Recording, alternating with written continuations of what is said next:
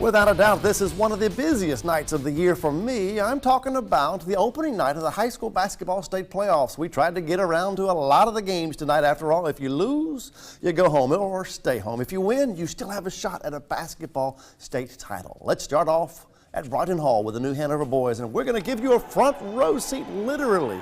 The Wildcats come in with loads of momentum. Josh Aldridge was 4 of 5 from the floor this evening, 10 points for Josh. Romello Williams, there's Romello, number 24. He did most of his scoring tonight in the second half, and you know what the New Hanover students think about the Wildcat basketball team and Romello Williams. Williams was 8 of 15 from the floor. This is Williams once again. Game high 21 points for Romello. Wildcats win on their home court 66-55 over Middle Creek. New Hanover will play Green Hope in round number 2. All right, let's stay at Brighton Hall to see the New Hanover girls versus Riverside. Riverside in the dark uniforms. This was a physical contest. It was a little bit rough. Some players left this game a little bit banged up.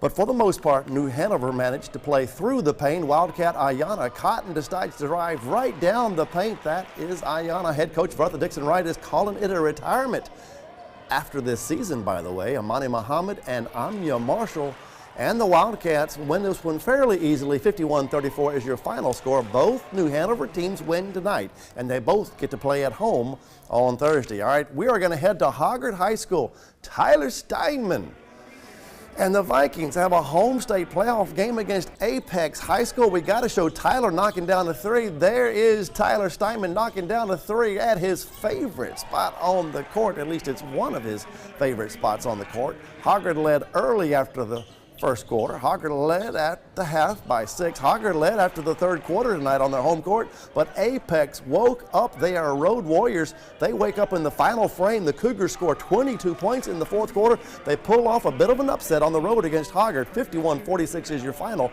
The season comes to an end for the Hoggard boys basketball team. All right, we have video from the Hoggard girls game as well. It is the Vikings versus Jack Britt High School. Angel Smith had a heck of a second half for Hoggard. Angel is number 44 for the team in white. Now, she did not score 44 points tonight, but she was happy to pump in 10 points this evening. Here's 2 of them right there again. Smith has definitely been a force for the Hoggard girls this month. Hoggard is a 48-32 winner. Junior Lola Lovett led Hoggard with 12 points this evening. Hoggard will travel to Green Hope for round number 2. That is Lovett with an assist.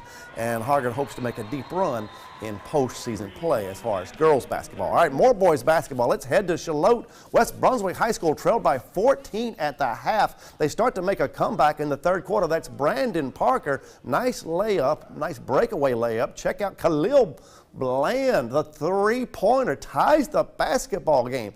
This game is going to be close.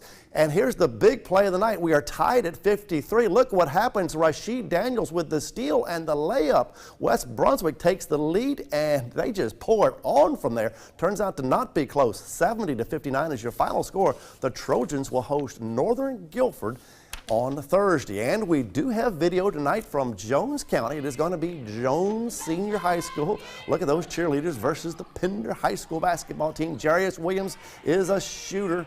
He can score. He can shoot. Jarius Williams going to score again for the team in all red. Gary Battle wants to get a state playoff win. He's the head coach for Pender, but Pender fell behind early. They were still in the game in the third quarter. In fact, this is third quarter action right here, but the Patriots season is now over. Your final score is 83-65, an 18-point victory for Jones. All right, we have scores to pass along, and boys basketball, Whiteville won tonight. They get to move on. Wallace Rose Hill beat Trask. The Ashley season is over. The Screaming Eagles lost this evening up in Raleigh against Cardinal Gibbons. And on the girls' side, we have more scores to pass along.